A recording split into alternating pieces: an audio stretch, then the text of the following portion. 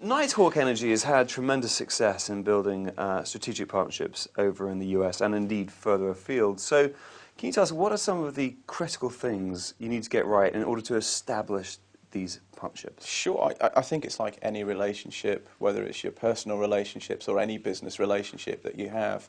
It's a question of building trust over time. Nighthawk met our current operator, Running Foxes, which is a private Denver-based company, over 4 years ago now, and by no means did we have overnight success. As with all relationships, you start small, begin to develop, learn to trust, learn to recognise each other's strengths in terms of what each party can bring to the business development. And you know, the key things are recognising that not only within yourself but also within the partner, and growing your asset portfolio on that basis. And you know, certainly what we've seen over the last couple of years, our key asset now, which is it's a large shale oil play outside Denver in Colorado, didn't even feature when we first started the relationship with Running Foxes. So it shows how these developments grow over time, and it's just a question, as with any relationship, of course there are ups and downs, but it's a question of making sure that the ultimate strategies are aligned and continuing down that line. Yeah, right. And so your key partnerships or key projects over in the US is your partnership with Running Fox Petroleum? Yeah, we're exclusively with Running Foxes, and likewise they're exclusively with us. I mean, they don't do anything in the Gulf of Mexico, which I suppose currently is probably a good thing at the moment. But you know, certainly we're very much aligned in terms of our portfolios. We have a 50-50 joint venture working relationship.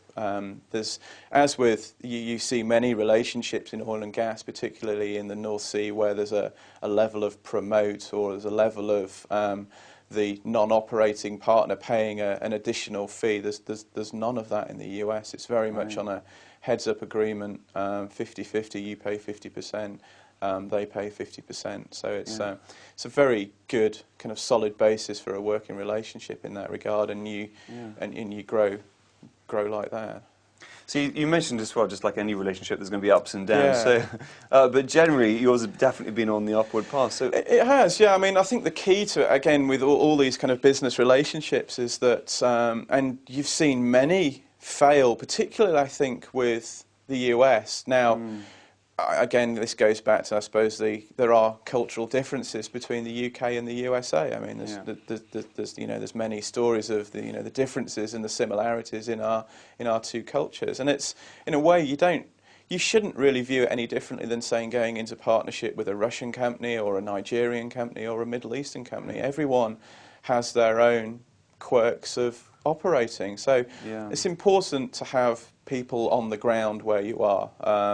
I think you can point to a lot of failures of relationships, not just with UK companies in the US, but anywhere in the world, is if you don't have a physical presence on the ground, alongside, not sat on top of the operator, but nearby the operator, so that you can interface with the operator, you can ensure that things are going smoothly, is key, I think, to any company looking to develop a global strategy.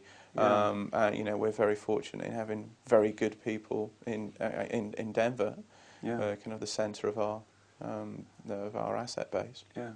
So Tim, sort of having people on the ground, great people on the ground as well, where you've got the location, are two of the key things. Is there anything else that you'd say in terms of avoiding a failure in partnership or replicating the successes that Nighthawk has had? I'd certainly put it up there in the top 5. Say if you had a checklist, which probably doesn't exist, but in your mind, certainly that. The ability to be able to get on with the operator, to be able to technically interface and commercially interface with your operator or your partner is very important. But as with selecting any partnership, a lot of it kind of comes down to macro issues which affect all oil and gas companies, and that's making sure that the fiscal regime is suitable, that the usual political stability exists, that the ability to grow your business value in terms of the actual asset is available to you as well. And there's a huge amount of opportunity